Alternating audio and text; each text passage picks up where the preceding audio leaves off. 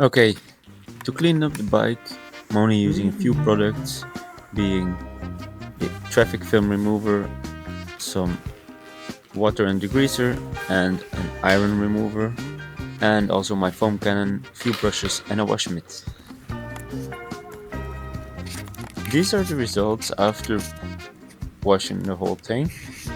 Let us know in the comments how you think it turned out. Also, do you think we're gonna be able to make a great profit on it now or not? Let us know in the comments.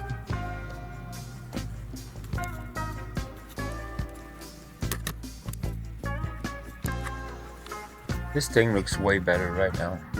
Do you agree?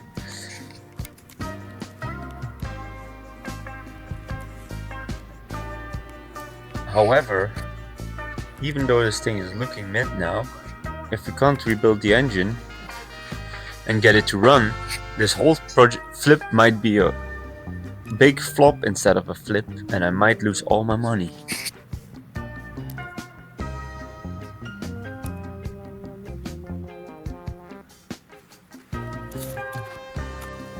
Okay, as we pull it back inside, you can see a quick overview. It's looking very mint even inside, but however, as you can see, there's still a lot to do. There's a lot. This bolt is very rusty, the exhaust is very rusty, as well as the side stand. Okay, first let's check the oil.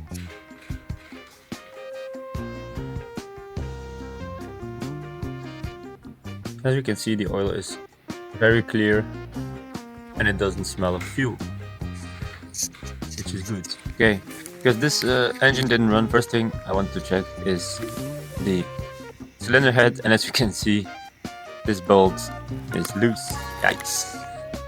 To open the body on this model, you need to push the key to the left, and these things were lying inside, and now it's time to take off the body.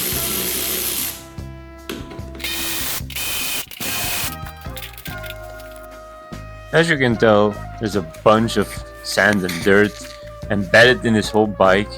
I think it went to a road trip to the desert or something. Now let's check for spark. Sadly enough, as you can hear, the only thing the bike is doing is making a weird squeaking noise, and there's no spark.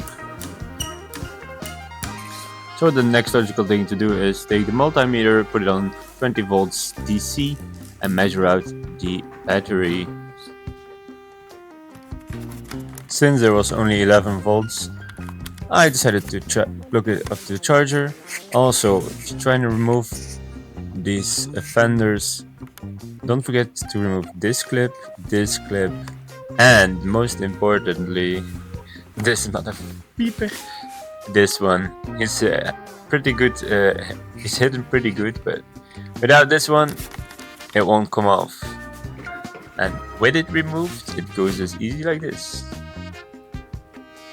Ta-da! Now it's time to check for spark again, now that the battery is at 12.7 volts again. And look at that. Nice. Apparently the cylinder head cover is cracked. Now it's time to check for compression. Fingers crossed. However, with the loose cylinder head bolt, I don't expect much.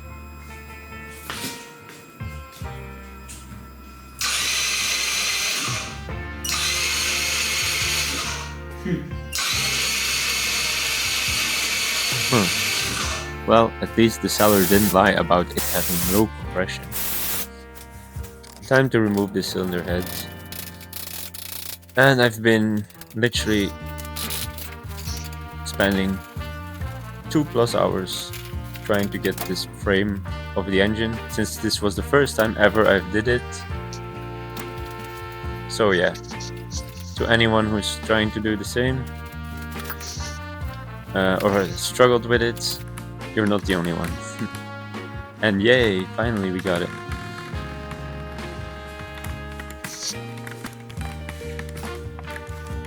Time to inspect the piston. As you can see, there's a lot of blow-by and carbon on the piston. This is after I've cleaned it. Now I'm gonna inspect it, inspect the rings. and the piston itself, there's no fitting or scoring on the cylinder, on the piston, and the rings seem thick and healthy and flexible, so that's all good. Time to clean out and inspect the cylinder heads.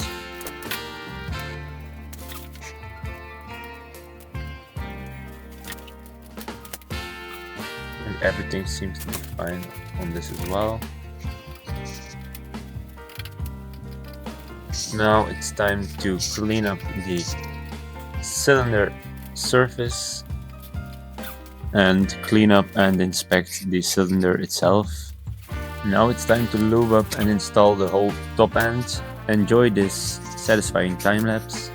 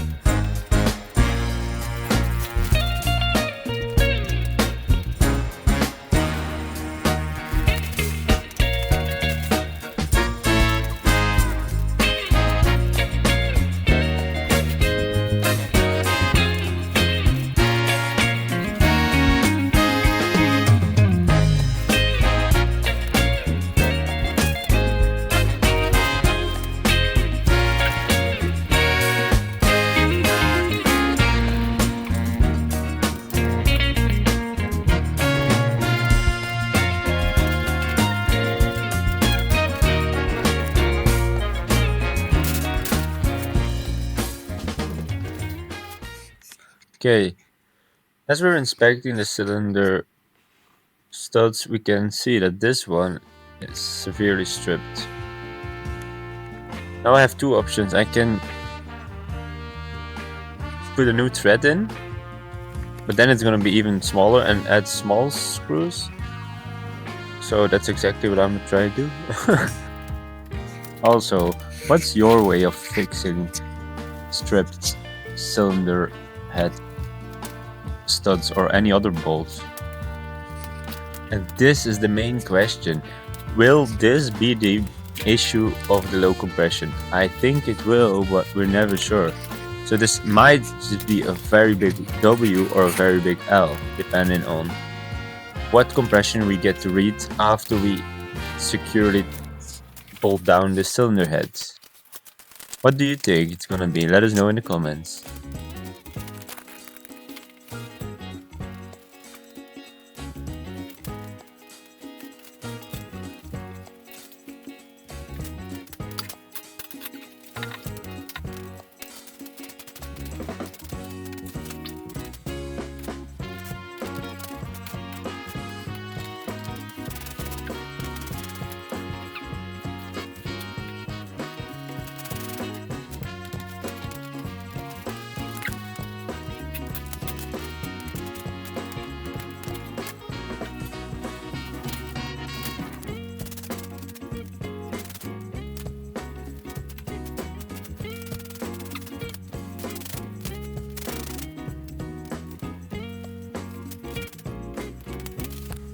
Okay, as you just saw me try a load of different things, I finally found a nut that really was tight on its own, and then I added another nut on top of it just to make sure it won't come off anywhere in the near future.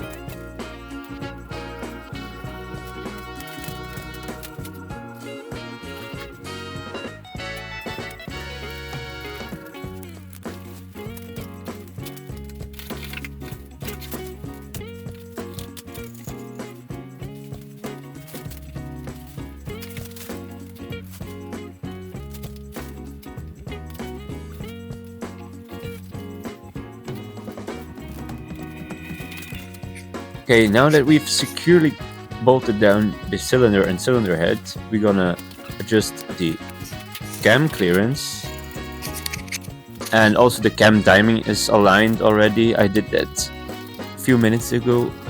in the video. In reality, it was a few hours. So yeah, the valves are adjusted accordingly. I think it was 0.05 mil on top and 0.07 in the exhaust. Most of the times it's something like this on these 2-stroke or 4-stroke 50cc engines. Okay, and now the moment we've all been waiting for, guys. The compression test after having done nothing except completely tear down the engine, the top end, and clean everything, put it back together properly, adjusted the valves and checked the timing, and most importantly, the cylinder head bolts secured. It was at this moment he knew he fucked up the overlay, and it was at this moment I realized I can't test the compression because there's no Kickstarter, so it has to be bolted back to the engine because it needs 12 volts. To the frame because it needs 12 volts. Now, the moment we've all been waiting for.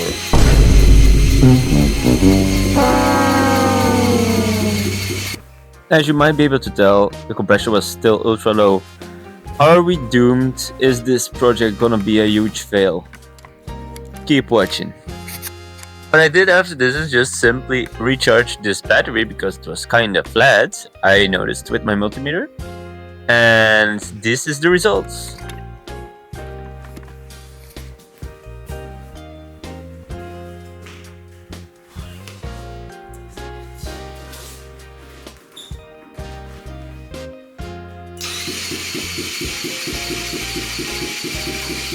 Bruh.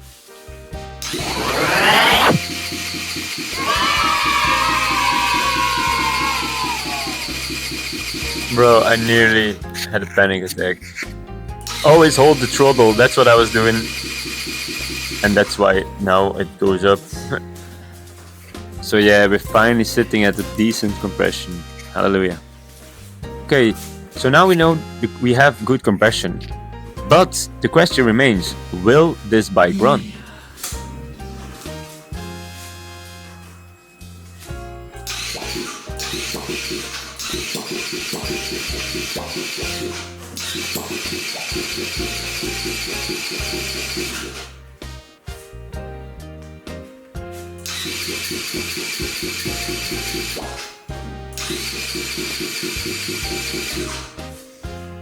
Hello, darkness, my old friend.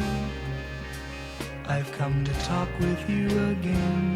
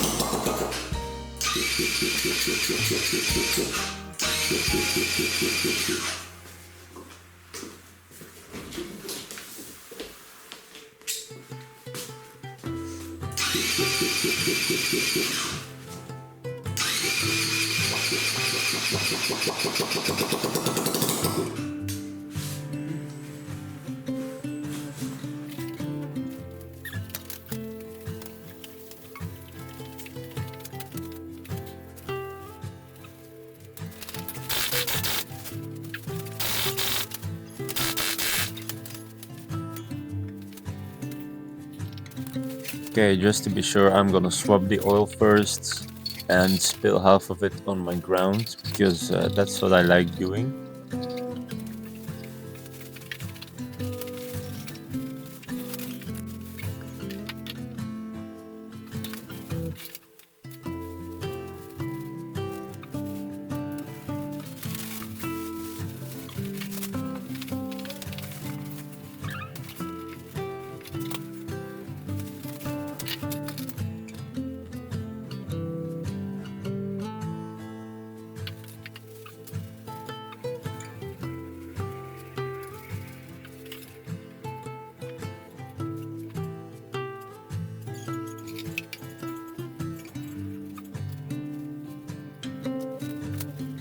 And let's also check the air filter, and guess what? It's very nasty, very clogged with dust and debris. So let's blow it out with the air compressor.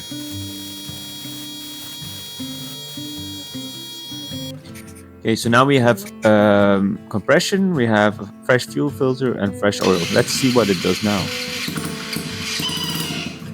Bro, this one is not giving up. I keep struggling with this bike.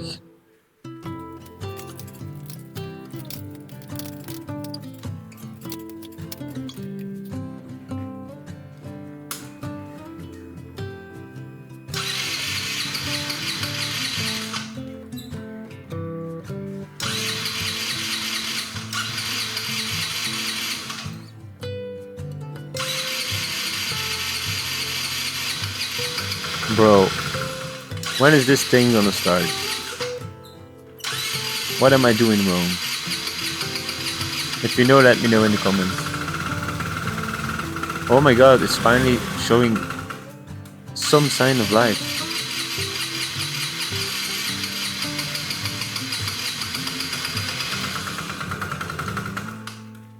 But it's dying immediately.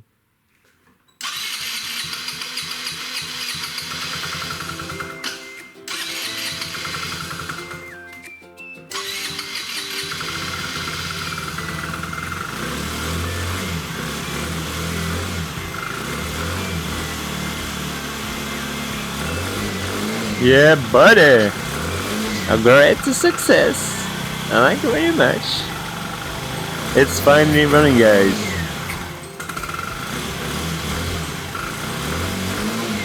Do a clap emoji in the comment section for everyone who ever started an engine after rebuilding it. Yay! Get into the dough. The moulala.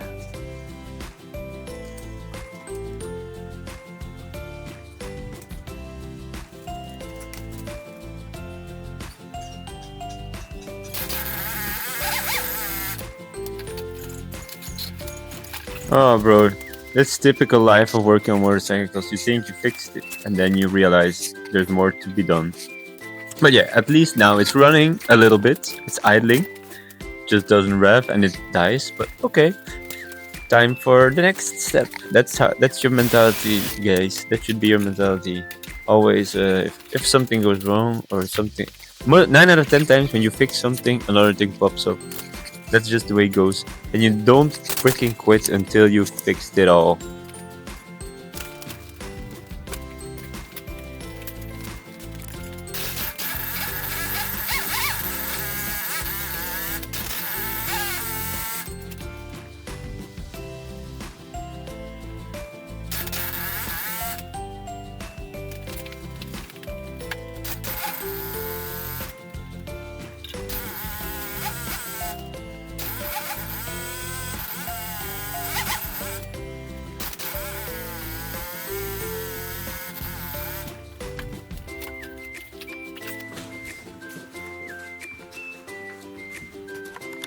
Okay, it still ain't fixed, but now let's do something else. As you can see, there's a check engine light, but also oil light.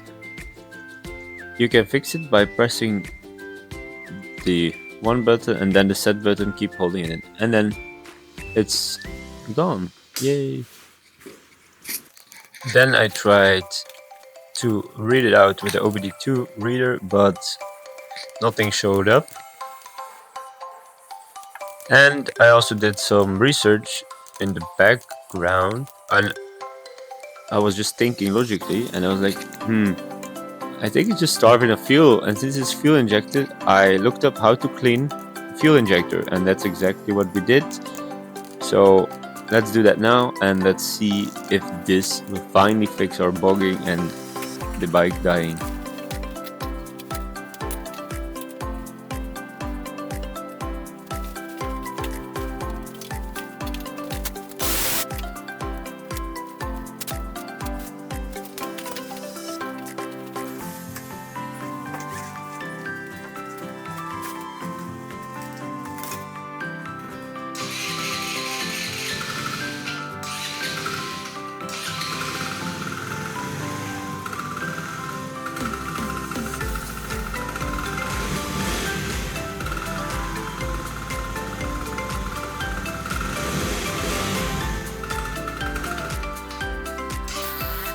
Still the same, so then we did a little bit more of this.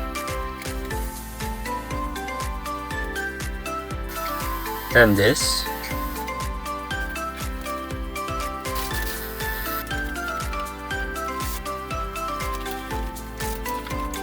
And this.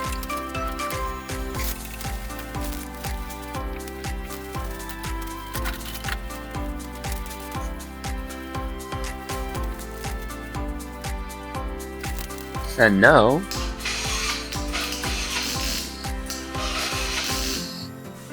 it's even worse.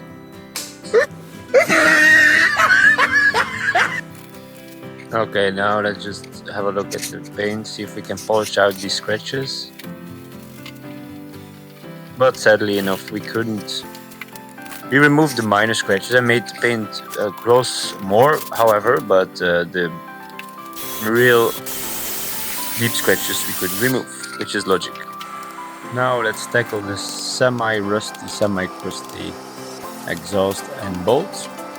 Here are the before pictures, literally from when I bought it, just to remind you that we came a very long way from this non-running, dirty, sandy, desert-carrying piezo trash.